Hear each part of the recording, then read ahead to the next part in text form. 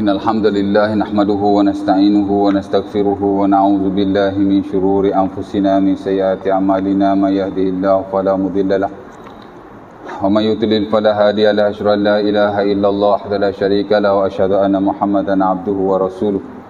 Allahumma salli ala Muhammad wa azwajihi wa dzurriyyatihi kama shallaita ala Ibrahim wa ala ali Ibrahim innaka Hamidum Majid. Rabbi shrah li sadri wa yassir li amri wahlul 'uqdatam min lisani yafqahu qawli amma ba'd.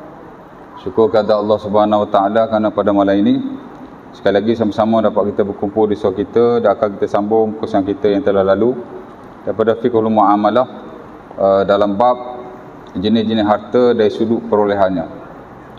Di mana di sana ada harta yang halal dan harta yang haram, ya. Dalam skop jenis-jenis harta. Dan kita dah bincang pada sesi yang lalu tentang harta yang halal, iaitu bagaimana kita memperolehinya. Ada beberapa cara. Pertama ialah dari sudut gaji dan upah, ya. Ujrah ataupun ijarah, yang sesi yang lalu, ya. Di mana ia adalah suatu bayaran ke atas satu pekerjaan yang kita lakukan.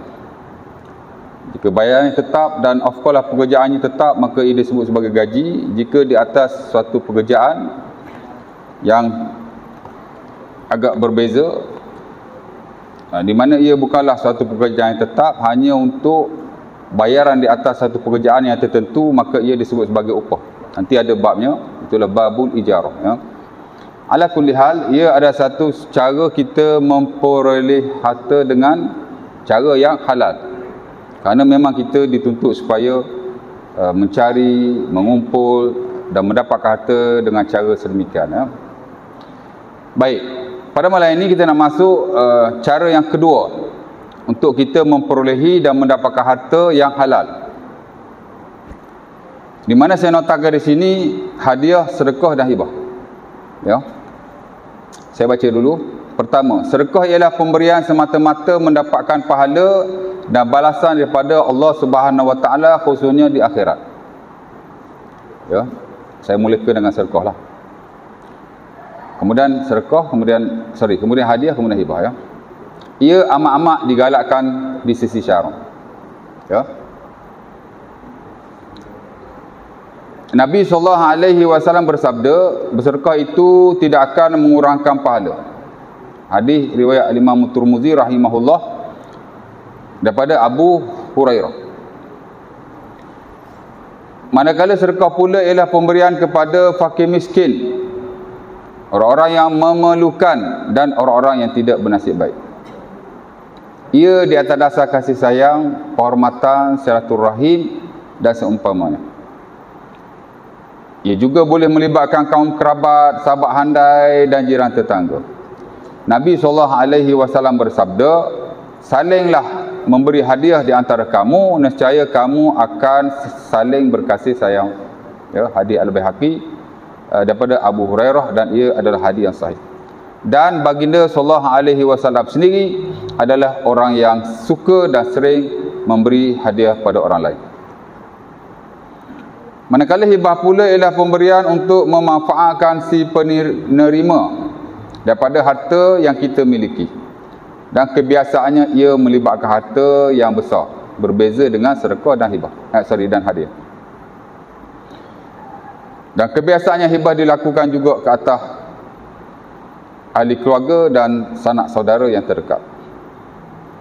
Hibah umum untuk siapa sahaja, termasuk waris dan bukan waris, berbeza dengan wasiat, ya. Wasiat pun ada babnya selepas ini. Nabi SAW bersabda, jika aku diberikan sebagai hadiah atau hibah daripada kambing, nescaya aku akan menerimanya. Baik, ala kulli hal, dalam muamalat tuan-tuan memang ada satu bab yang disebut sebagai babu as-sadaqah, babu al-hadiyah dan babul hibah, ya. Di mana ketiga-tiga ini, sedekah baik, hadiah baik, hibah baik, merujuk kepada pemberian satu pihak. kepada orang lain semata-mata untuk mendapatkan balasan, pahala dan keredaan Allah Subhanahu Wa Taala. Sebab tu dalam muamalat duduknya dalam slot muamalat tabarruat, muamalat kebajikan, muamalat charity.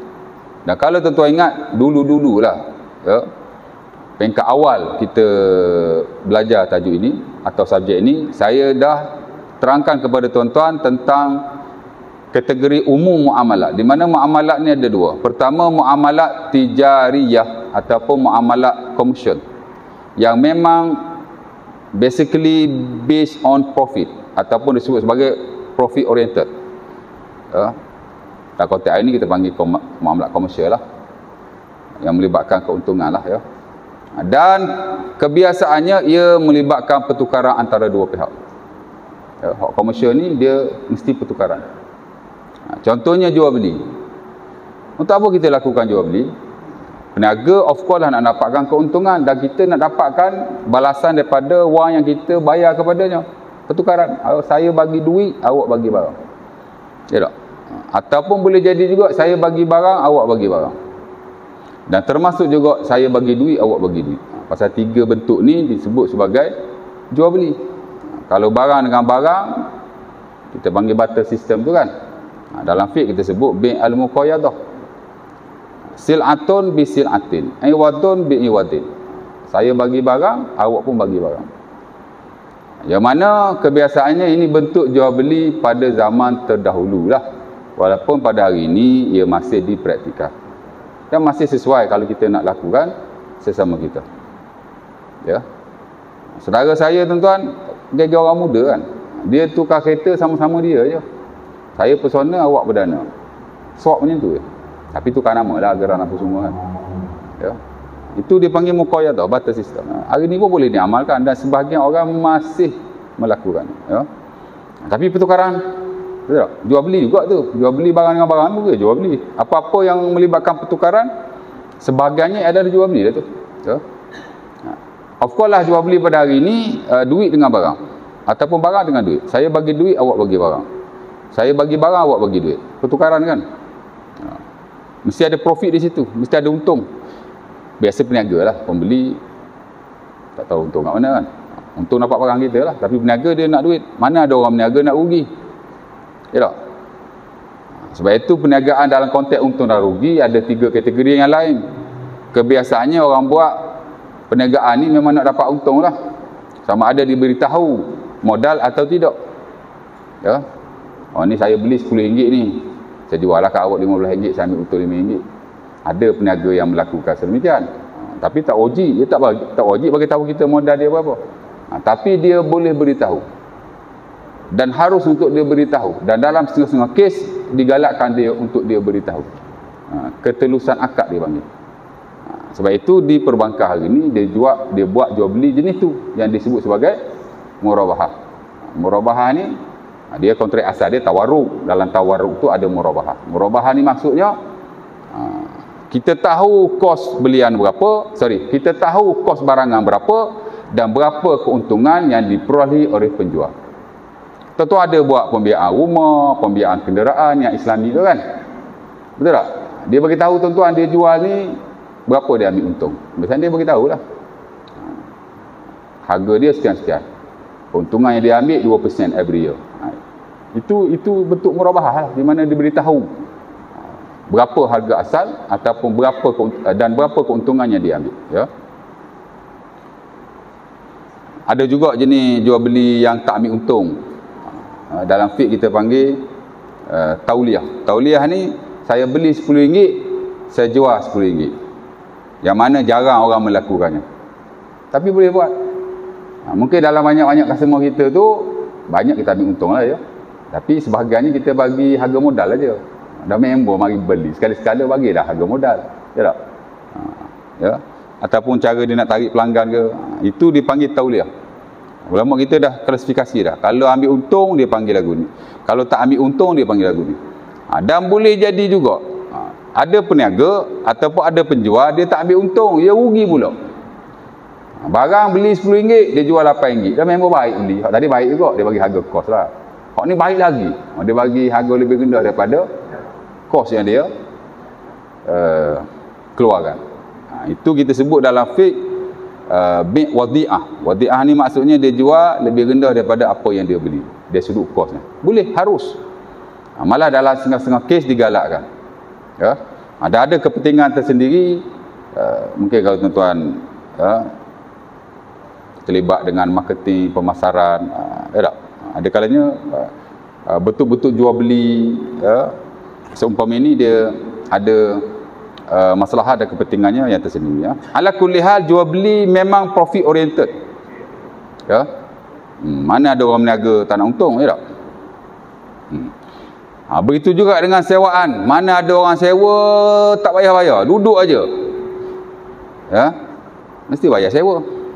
Saya dulu pun lama menyewa. Sebahagian, kalau kita yang menyewa, dia panggil penyewa. Kalau orang yang bagi sewa, dia panggil apa? Ya. Melayu panggil apa? Pemberi sewa.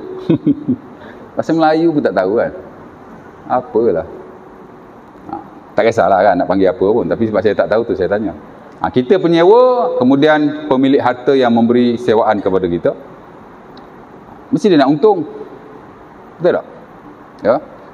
Walaupun harta yang dia beri sewa itu masih dalam pinjaman atau pembiayaan. Boleh jadi dia bayar bulan-bulan kat bank 1,000. Dia bagi sewa 1,200, 1,300. Betul tak? Ada lebih. Memang sewaan ni salah satu bentuk perniagaan. Dan duduknya dia bawa slot muamalat komersial. Mana yang boleh menghasilkan wang. Hatta dulu saya pernah kongsi, Al-Imam Al-Ghazali rahimahullah, dalam slot muamalat, bagaimana cara mencari, mengumpul dan mengembangkan harta. Selepas jual beli, bab yang dia bawa ialah babul ijarah, bab sewa menyewa. Awak ada harta, bagi sewa. Awak ada tanah, bagi sewa. Dulu-dulu biasa sewa tanah lah. Rumah saya tak pastilah, dulu tak ada. Tapi kalau konteks sewa menyewa, dalam buku-buku klasik kebiasaannya, dia merujuk kepada ijaratul ard, ialah sewaan tanah. Ya. Dan ada lagi bentuk-bentuk sewaan-sewaan yang lain yang dibincangkan oleh para ulama, yang ada dilakukan oleh orang terdahulu, seperti sewaan haiwan. Hari ni ada orang buat sewaan haiwan. Sewaan pokok ada. Dia sewa pokok untuk dapat buah. Ada. Ya. Ada juga macam tu. Macam-macam tu ada. Dia sewa kolam ataupun sewa sewa sungai. Kawan tu ada tanah, dalam tanah dia tu ada macam paya, macam ni kan. Dia bagi sewa sebulan, 2 bulan untuk dia dapat hasilkan dalam paya, parit ke apa. Betul tak? Ada dilakukan. Tapi unfortunately majoriti ulama mengharamkanlah. Hanya segelintir sahaja yang mengharuskan. Hari ni orang meniaga kolam pancing apa gitu gini, bayar RM20, RM30 per entry pancing. Awak dapat ikan ke, awak tak dapat ikan ke, itu awak punya pasal balik. Kalau ikut majoriti ulama mengharamkan, kerana ia satu bentuk jual beli yang tidak jelas, gorok. Ya tak? Di mana kita bayar tapi bukan betul-betul untuk menggunakan tempat itu. Ia sekadar wasilah atau alat saja untuk kita dapatkan benda yang lain, yakni ikan. Ya tak? Dia sewa memanglah kolam, dia bayar tu kolam. Tapi hakikat dia nak ikan kat dalam tu. Itu gorok. Sebab tu kita lihat fatwa semasa macam Indonesia mengharamkan. Kolam pancing ni ada model-model dia. Tapi kalau model bayar, kemudian pancing. Dapat, tak dapat, dapat, tak dapat, tak dapat. Itu satu bentuk model yang dilarang sebenarnya. Dan ulama dulu pun ada bincang bab ni.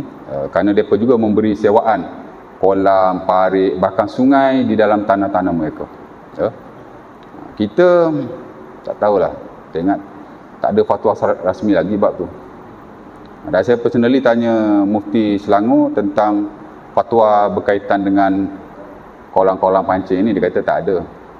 JAKIM ada keluarkan garis panduan dalam ismah, tapi bersabit dengan pertandingan kolam pancing.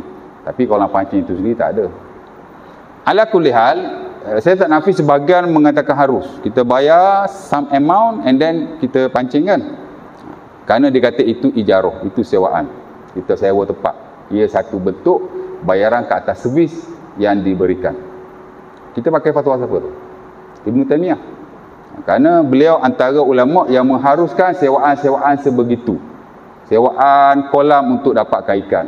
Sewaan pokok untuk dapatkan buah. Sewaan hatta haiwan untuk dapatkan susu atau dapatkan anak dan seumpamanya. Ataupun sewaan-sewaan yang lain. Yang sebenarnya kita bukan nak benda tu, kita nak benda lain. Benda lain tu dikira ghara. Jadi majoriti ulama tengok hak lain tu.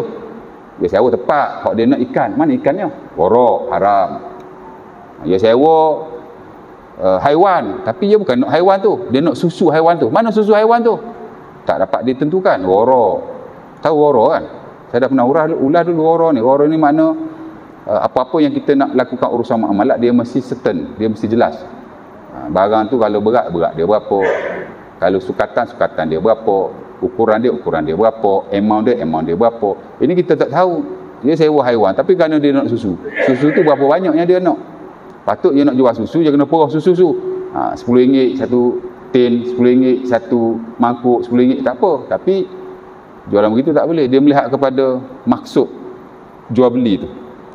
Dia bukan sewa haiwan ni, dia nak susu. Mana susunya? Tak tahu berapa banyak susu ada tu. Itu gharak, haram. Dan begitulah sewa macam ni. Dia sewa pokok, dia bukan nak pokok tu, dia nak buah. Mana buahnya? Belum buah lagi, tunggu nanti musim. Tak boleh dia kata. Ya. Jadi majoriti melihat kepada hasil urusan yang dia lakukan. Tapi segelintir daripada mereka melihat ni item, macam kita kata kolam tu lah, kita sewa kan, ala kulli hal terpulang lah. Tapi saya dalam bab ni lebih cenderung kepada pendapat majoriti yang melarang. Dan sepatutnya pihak berkuasa agama dia kena keluarkan satu model yang patuh syariah kepada pengusaha-pengusaha kolam pancing seumpama ini. Tuan tahu hak patuh syariah dia macam mana? Dia bayar untuk servis, kemudian ikan yang dia dapat mesti ditimbang, disukat dan dinyatakan harga. Tapi kalau buat itu, tak tahulah dia dapat untung atau tidak kan. Tapi itu patuh syariah, no doubt patuh syariah. Adapun ada 2 atau 3 model yang lain, itu macam tak berapa nak patuh lah. Berarti Indonesia dia kata haram. Kalau pancing, kalau bayar RM30, pancing RM30 sejam contohnya. Pancing lah sejam tu. Awak dapat berapa sejam tak tahu. Saya dapat seekor, awak 2 ekor, awak dah tak apa. Dia kata tak boleh. Kerana dia kata ghara. Dan itu saya tak nafi pendapat majoriti. Ya. Dan mereka sebenarnya bukan meniaga tempat. Kita nak kata sewa tempat. Mereka bukan meniaga tempat, dia meniaga ikan. Sebab tu kadar yuran yang dikenakan berdasar kepada ikan yang ada kat dalam tu. Betul tak? Kalau ikan tu mahal, yuran dia mahal. Dia sebenarnya dia meniaga ikan. Dia bukan meniaga tempat. Jadi nak kata sewaan tempat tu macam tak apa tepat. Dan majoriti ulama dalam hal ni saya lihat lebih jelas lah hukum yang mereka keluarkan. Ala kulli hal tak apalah. Dah ada orang kata boleh kan. Baik. Jadi ini komersial tuan-tuan. Dan begitulah yang lain-lain, investment ya. Pelaburan atas mana-mana kontrak yang mereka lakukan. Ini komersial. Satu lagi dia panggil muamalat tabarru'an. Kalau hak ni dia melibatkan pertukaran. Aku bagi duit, mu bagi barang. Aku bagi barang, kau guna manfaat barang itu. Yang ni sewaan. Sewa ni bagi barang juga, tapi kita tak ambil barang tu. Kita ambil manfaat kepada barang. Saya bagi rumah kat awak, tapi awak bukan ambil rumah saya. Awak duduklah rumah tu. Saya bagi kereta kat awak bukan ambil kereta saya untuk dimiliki, tapi awak guna manfaat kereta itu. Itu sewaan. Ia satu bentuk muamalat komersial. Kita tak memiliki harta itu, tapi kita memiliki manfaat kepada harta berkenaan. Kalau rumah untuk didiami, kalau kenderaan untuk digunakan, dan begitulah yang lain. Tapi dia komersial. Dia melibatkan pertukaran. Aku bagi barang, kau bagi duit. Aku bagi macam tu. Satu lagi dia panggil tabarru'an. Ni tabarru'an lah ni. Sedekah, hadiah, hibah. Dah ada lagi. Tapi untuk malam ni 3 tu je. Ya. Pasal apa dia tabarru'an? Tabarru'an ni makna kebajikan, sukarela, ataupun juga disebut sebagai charity. Dia tidak melibatkan pertukaran. Dia hanya pemberian satu pihak. Sedekah. Saya bagi RM10 kat masjid. Ya, satu pihak saya bagi. Ataupun saya bagi RM100 kepada siapa-siapa orang miskin dan seumpamanya. Satu pihak saya bagi je. Saya beli pen sebatang, saya hadiah dekat pengungsi surau contohnya. Satu pihak. Same goes tu hibah. Hibah pun satu pihak. Bapak hibah kat anak. Ya tak? Bapak suami hibah kat isteri.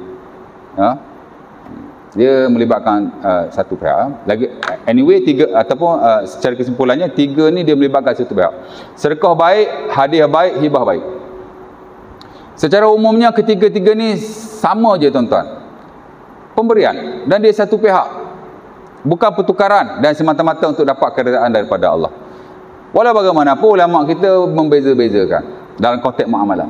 Dia kata kalau sedekah ni bagi pada fakir miskin, bagi pada orang yang memerlukan, bagi pada masjid surau ataupun apa-apa fi masalihil muslimin, pada kemaslahatan orang-orang Islam. Ini dia kata sedekah. Hakikatnya dia hibah juga. Dia pemberian ni secara umum dia macam sama ajalah ya. Tapi secara khusus ulama kita beza-bezakan. Pemberian juga, tapi kalau sedekah ni dia kata lagu. Kemudian dia kata hadiah pula ialah pemberian atas dasar kasih sayang, nak merapatkan silaturahim ataupun atas dasar penghormatan. Kita hadiah something kepada bos kita, kepada rakan sekerja kita, malah kepada adik-beradik kita. Itu dia kata hadiah. Hakikatnya hadiah pun sedekah juga. Ya. Tapi dia bagi beza. Nak bagi nampak struktur dia tu cantik sikit. Ya. Dan ada pun hibah, pemberian kepada orang lain dengan tujuan dia memunafaatkan harta kita, dan kebiasaan dia melibatkan harta yang besar-besar, dan of course lah dia kepada orang terdekat sahaja. Mana ada hibah kat masjid sampai 1 juta? Ada, tapi tak ramai. Mana ada saya hibah dekat orang miskin bagi kereta X70 sebiji? Ada, tapi tak ramai. Kebiasaannya kita sedekah ni hak kecil-kecil. Hadiah pun hak kecil-kecil, tapi kalau hibah dia besar-besar. Ya tak? Hibah rumah, hibah tanah, ya. Dan kalau kita lihat dalam konteks kawangan semasa pada hari ini, kebiasaannya instrumen hibah memang untuk harta-harta sebegitu. Kebiasaannya dia melibatkan harta tanah lah, ya, rumah lah kebiasaannya, ya.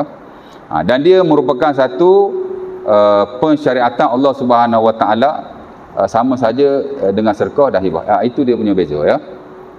Baik. Dan ketiga-tiga ni tuan-tuan dia adalah hukum Allah Subhanahu Wa Taala.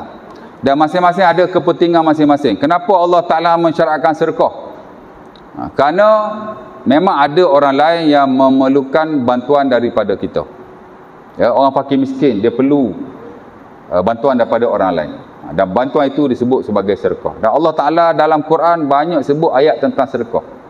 Ulama kita Sa'id Ali Al-Qahtani dalam bukunya Az-Zakah fi Du'il Kitab wa Sunnah, ada ulama besar juga, tapi tak adalah sebesar Qardawi saya rasa. Tapi kita yang belajar, kita kenal lah beliau. Dia mengarang puluhan buku-buku syarak, khusus buku tentang hukum hakam. Ya. Saya pun ada banyak buku-buku beliau yang saya baca. Salah satu tentang zakat lah. Selain daripada buku zakat Qardawi, antara buku zakat semasa kontemporer yang saya minat adalah buku yang dikarang oleh beliau. Ya. Zakat dalam Islam menurut neraca Al-Quran dan Sunnah. Dia ada buku. Bagus buku tu untuk kita baca. Tapi Arab lah, Melayu tak ada kot. Dan dia kata sedekah dalam Quran disebut tak kurang daripada 18 kali. Waradat kalimatu sadaqah fil Quran 18 marratan. Ya. Dan dia buat marilah ayat-ayat tersebut. Banyak ayat. Ya. Kebiasaan yang kita dengar, Allah Ta'ala kata khuz min amwalihim sadaqah tutahhiruhum biha wa tuzakkihim wa salli alaihim inna salataka sakanun lahum. Itu surah At-Taubah ayat 103, dan saya pernah baca ayat ini kepada tuan-tuan sebelum pada ini. Allah Ta'ala kata ambil daripada mereka sesuatu harta sebagai sedekah, ya, yang dapat menyucikan harta dan hati-hati mereka, dan doalah kepada mereka, ya. Tapi ayat ni lebih menjurus kepada zakat sebenarnya. Ala kulli hal ada disebut sedekah di situ. Khudh min amwalihim sadaqah.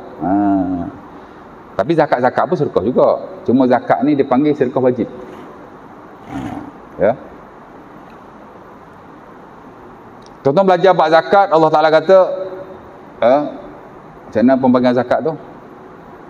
Surah Taubah juga ayat 60. Innamas sadaqatu lil fuqara'i wal masakin wal 'amilina 'alaiha wal mu'allafati qulubuhum wa fir riqab wal gharimina wa fi sabilillahi wa ibnis sabil. Ya, ada sedekah situ kan? Innamas sadaqatu lil fuqara'. Ya. Wal masakin sampai habis ya. Ada sedekah. Dan saya lihat banyaklah dalam surah-surah yang lain, ya.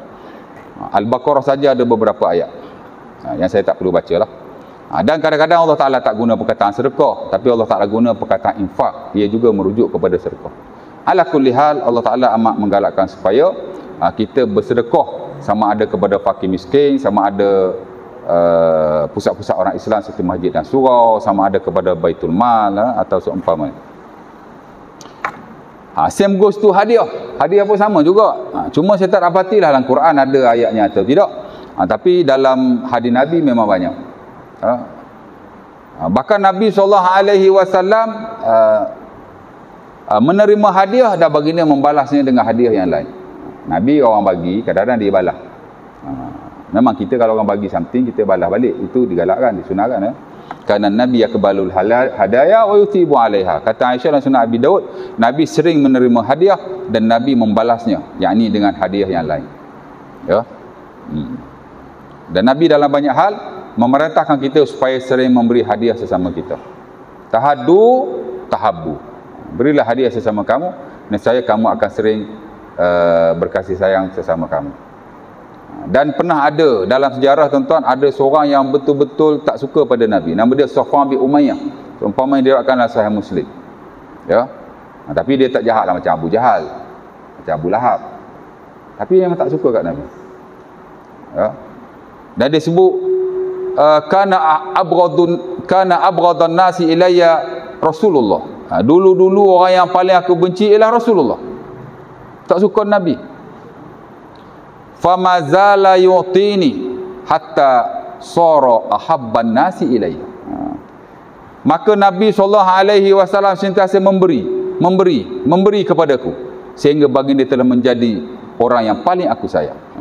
Ada kepentingan dia tu, ya tak? Sebab tu ulama kita tuan-tuan dalam selok zakat tu, wal muallafati qulubuhum, muallaf ni maksudnya dua. Pertama ialah orang yang baru masuk Islam. Saya pun last month pergi kursus mu'alaf dengan majlis zakat kan.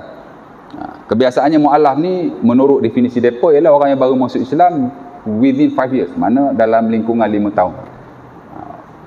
Mu'alaf ni sebenarnya dalam syarak dia tak ada had tahun. Setahun ke 2 tahun, 3 tahun tak ada. Sekira-kira dia baru masuk Islam, dia tak erti apa-apa lagi dan dia belajar sedikit demi sedikit. Ada orang dia baru masuk Islam, dia boleh erti Islam, boleh semayang, boleh puasa, boleh baca Quran within 1 year. After 1 year dia tidak mu'alaf lagi. Mu'alaf apa lagi dia boleh buat semua dah. Ada orang dia ambil lebih sikit, 2 years. Macam ni slow sikit kan. Busy pula tu. Belajar sikit-sikit, setahun, semayang tak erti lagi. Orang Islam daripada kecil semayang pun tak erti. Ni kan apa? Ini baru masuk Islam. 2 tahun baru dia pandai semayang. After 2 tahun dia tidak mu'alaf lagi. Tapi dalam 2 tahun tu dia mu'alaf lah. Mungkin ada orang ambil masa sampai 3 tahun. Mungkin ada orang ambil masa sampai 4 tahun. Tapi kalau 20 tahun masuk Islam tak erti lagi, bukan mu'alaf tu. Mu'alaf gapa 20 tahun masuk Islam tak erti kau sekarang lagi. Memang malah nak belajar lah tu. Memang ada tuan. Ada. Tapi yang diletakkan oleh majlis zakat 5 tahun. 5 years. Kalau lebih 5 tahun tu tak dikira sebagai mu'alaf. Sesuai lah tu. Sesuai lah ya. 5 tahun takkanlah tak ada masa lagi ataupun tak sempat nak belajar lagi ya. Baik. Jadi pertama ni orang baru masuk Islam dan dia kena ambil masa lah untuk belajar. Sehingga dia menjadi Muslim yang boleh berdiri dengan sendiri. Dia tahu perkara yang wajib dilakukan dan dia melakukan. Satu lagi mu'alaf ialah orang bukan Islam. Tapi dia harap untuk dia masuk Islam. Itu juga satu bentuk mu'alaf. Dan memang sebagian para ulama menyatakan bahawa boleh diberi harta kepada mereka, termasuk zakat. Boleh bagi. Di atas prinsip itu. Cuma kita kat Malaysia ni, saya ingat Perlis je kot. yang bagi zakat pada non-Muslim. Rata-rata tak bagilah, termasuk di Selangor. Zakat ni memang khusus untuk Islam. Ala kulli hal dia balik pada ulil amri lah. Tapi kalau kita tak lihat dalam fiqh, mu'allaf tu dia ada dua kategori tu. Pertama, orang yang baru masuk Islam. Yang kedua ialah orang yang bukan Islam tapi dijinakkan hatinya untuk masuk Islam. Ya? Dan ada lagi kategori orang bukan Islam yang lain yang boleh diberikan harta kepada mereka termasuk zakat. Dan Safwan bin Umayyah pun sama. Nabi memberi harta kepadanya. Nabi bagi sebahagian zakat, Nabi bagi harta rampasan perang, Nabi bagilah slot-slot tertentu kepada beliau. Walaupun dia bukan Muslim, tapi sebab Nabi nak tarik dia kepada Islam. Akhirnya dia masuk Islam dan dia menyayangi Nabi, tidak seperti sebelum pada itu di mana Nabi lah orang yang paling dia benci. Ya. Baik, cerita dia ada sedekah situ kan? Ya.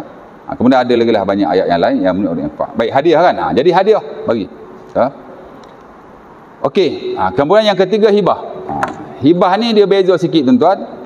Di mana kalau hadiah dan sedekah ni kalau kita lihat pada rukun-rukun dia tak wajib qaubat, itu sajalah.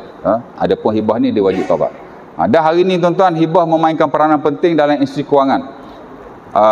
Bukan sahaja di peringkat atasan, malah di peringkat kita-kita ni. Dan hari ni ramai orang yang buat hibah. Ya? Betul tak? Hatta kalau lihat tuan-tuan ada tabung haji. Tabung haji pun ada buat hibah. Hibah amanah dia panggil. Ya. ASMB pun ada buat hibah. Apa lagi buat hibah?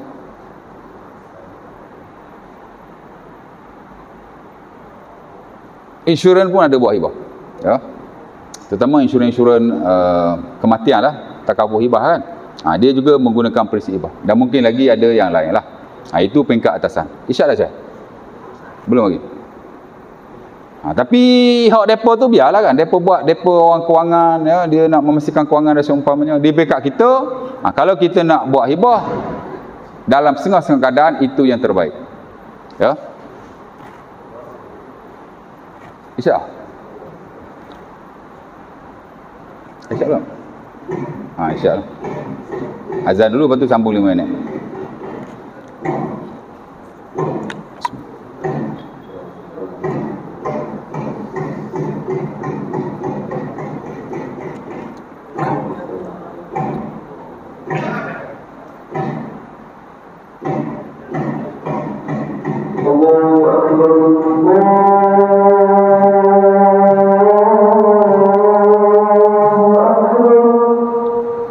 Allahu Akbar.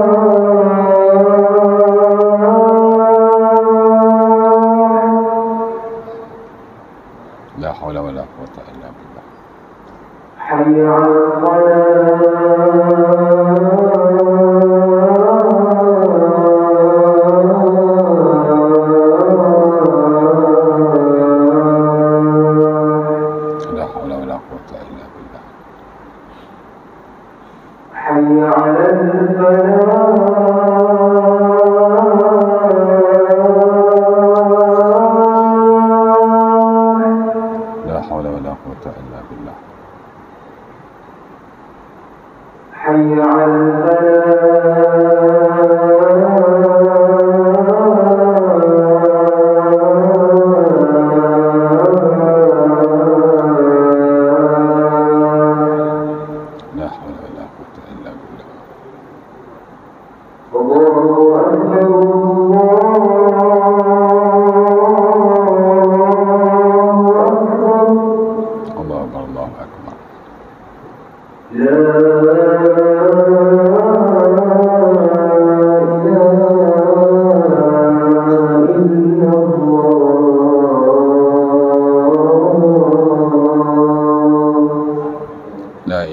Allahumma salli ala Muhammad. Allahumma rabbana ashhadu an la ilaha illa Muhammad rasulullah.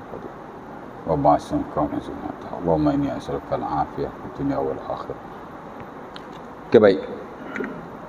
Balik pada yang tadi. Jadi dalam setengah-setengah keadaan hibah ni penting juga tuan. Malah dia ada ia dapat membantu kita lah untuk menguruskan atau merancangkan harta kita semasa kita hidup. Ya. Sebab itu sebahagian hari ini menggalakkan supaya kita melakukan hibah sesuai dengan apa yang ada dalam syarak supaya tidak berlaku permasalahan pada masa akan datang. Ya. Dan tak dinafikan sebahagian memang memerlukan kepada hibah-hibah seumpama ini. Jadi apa yang Allah Ta'ala buat tu ada kebaikannya. Sebab ada juga yang mengatakan bahawa macam orang yang buat hibah ni nak pelari faraid. Memang saya ada dengar ceramah seseorang dia berkata begitu. Mungkin saya tak dengar habis lah, mungkin ada dihurai lagi. Dan itu sebenarnya tidak benar sama sekali. Dan beberapa tahun yang lalu IKIM pernah menghuraikan perkara ini. Ustaz Faiz Adnan dia pernah sebut tanggapan masyarakat, bahkan sebahagian ahli ilmu yang mengatakan bahawa seolah-olah macam kita ni sailang faraid lah. Ya. Betul tak? Dia kata itu tidak benar sama sekali. Kerana hibah adalah hukum Allah. Faraid pun adalah hukum Allah. Itu satu pilihan yang Allah Ta'ala bagi. Kalau awak tak hibah masa awak hidup, awak mati, dia pergi pada faraid. Itu tak boleh buat apa lah. Betul tak? Ada bahagian masing-masing. Tapi as long as kita hidup, kita nak buat sendiri, you are welcome. Ini adalah option yang Allah Ta'ala bagi. Ya. Dan memang perlu kepada sesetengah golongan. Ya. Orang ada anak angkat umpamanya, dia tak ada faraid untuk dia. Ya tak? Jadi hibah ni boleh menjadi instrumen kepadanya ataupun orang kata apa, alat lah kepada dia untuk beri harta kepada anak angkatnya tu. Betul tak? Kalau dia tak bagi masa dia hidup, nak tunggu faraid. Anak angkat tak ada faraid. Jadi hibah merupakan hukum yang Allah Ta'ala turunkan, memang ada kepentingannya tersendiri. Kita boleh bagilah kepada orang seumpama itu. Ya? Orang yang kahwin dia tak ada anak tuan, hibah bagus untuk golongan seumpama ini. Ataupun dia kahwin ada anak tino aja, anak jatuh tak ada, hibah memainkan peranan. Ya. Nak pula kalau mu apak dia tak ada, jenis orang nikah anak tak ada ni, ataupun ada anak tino saja, anak perempuan saja, anak lelaki tidak ada. Kalau mu apak tak ada, dia pergi kat adik-beradik, depa dapat lebih banyak daripada isteri tuan-tuan. Ya. Tak apalah, faraid okey je, memang alhamdulillah. Tapi dalam setengah-setengah keadaan dia boleh membawa kesan yang agak kurang baik kepada kita. Hukum tu baik tapi kepada kita. Sebab tu sebagian ilmuwan ni menggalakkan. Contohlah saya mati, saya ada rumah sebiji je, kalau ada 10 biji tak apalah kan. Rumah ada sebiji lah. Anak tino, anak jatuh tak ada. Bila tidak ada anak ataupun tidak ada anak lelaki, ya, mak bapak pun tak ada, dia pergi ikut adik-beradik lah. Okey, baguslah kan, harta kita pergi adik-beradik kita. Tapi rumah sebiji lah, dia agak-agak dia buat ke mana? Isteri saya kena bayar lah kepada adik-beradik saya nilai rumah tu. Tapi tu nak buat macam mana? Awak nak rumah tu kan, rumah tu 300,000 contohnya, awak dapat certain amount saja. Saya ada certain amount, jadi kena bayarlah saya. Bini saya nak cari duit mana nak bayar ke awak tu? At the end of the day, rumah tu akan dijual dan masing-masing akan ambil harta faraid masing-masing. Rumah putih tu ya, lepas anak bini kita nak duduk mana? Ya tak? Jadi kita hibahlah pada isteri atau anak kita siap-siap masa kita hidup. Ia satu option yang bagus kepada golongan seumpama ini. Ya. Oh, rumah saya dalam pembiayaan lagi, dalam loan lagi, boleh buat hibah. Tapi kalau dia challenge kat mahkamah, takut-takut kalah lah. Sebab ada kes juga, dia dah buat hibah, dia panggil hibah bersyarat tu kan. Masa dia hidup, ada lawyer syar'i apa gitu gini. Pergi ke mahkamah, hakim ni dia ada kuasa. Dia kata mazhab Syafi'i tak membenarkan hibah bersyarat seumpama ini. Dikembalikan kepada faraid. Terpulang pada mahkamah lah. At the end of the day, mahkamah yang buat keputusan. Ya. Ada hibah-hibah ni mahkamah pun tak boleh buat apa sebab dia telah diwartakan. Macam hibah insurans itu memang dah masuk dalam enactment bank negara punya. Yang ini pasal saya tak tahulah sebab yang ini sebab memang saya lihat dia tak ada undang-undang tertentulah untuk hibah-hibah seumpama ini di peringkat ni enactment ke akta ke tak ada. Jadi kalau tuan-tuan buat hibah-hibah dengan lawyer syar'i independently, kalau waris tidak mempertikaikan dan dia tidak bawa ke tengah, okey. Tapi kalau dia bawa ke tengah, silap-silap hibah tu boleh dirungkai semula. Pasal hibah bersyarat ni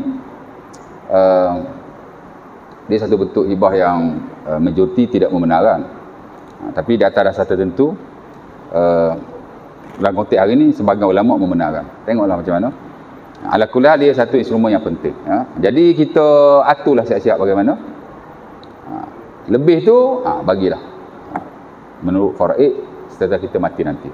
Nak cerita masing-masing ada kepentingan dan kelebihan masing-masing lah ya. Jadi itulah nak cerita.